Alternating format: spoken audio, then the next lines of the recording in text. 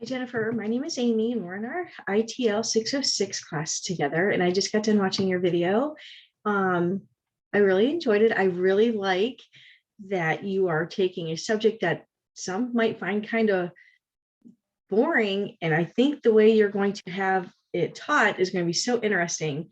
Um, so you're talking about using investigation to answer a question. And how exciting is it for the students in your biology class to research different parts of the world about erosion, and given each group that chance to collaborate together and then, bring back their research to present is going to be really exciting. I think very entertaining.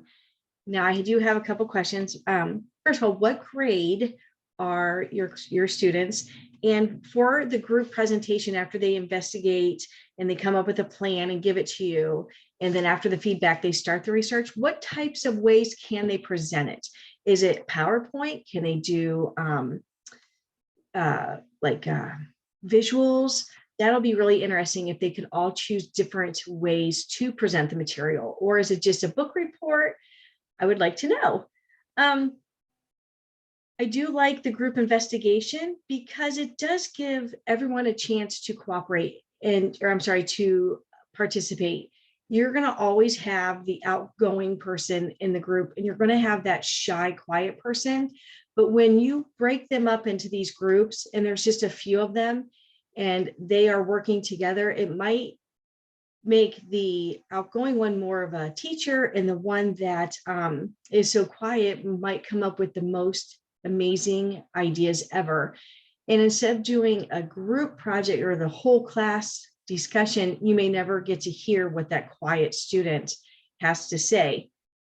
Everyone gets a chance to participate and contribute.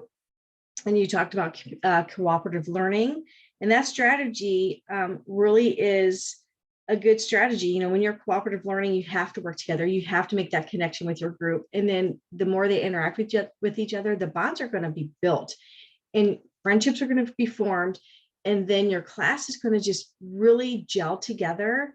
And I think that's really, really great.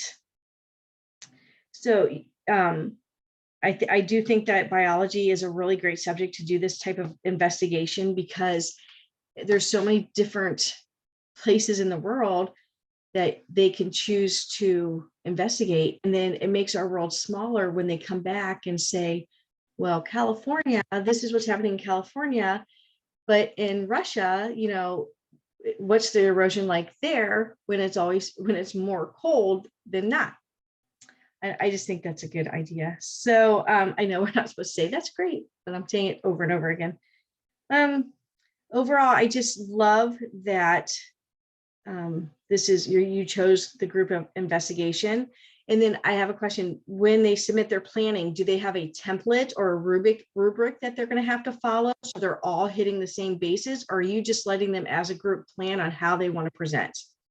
I have so many questions.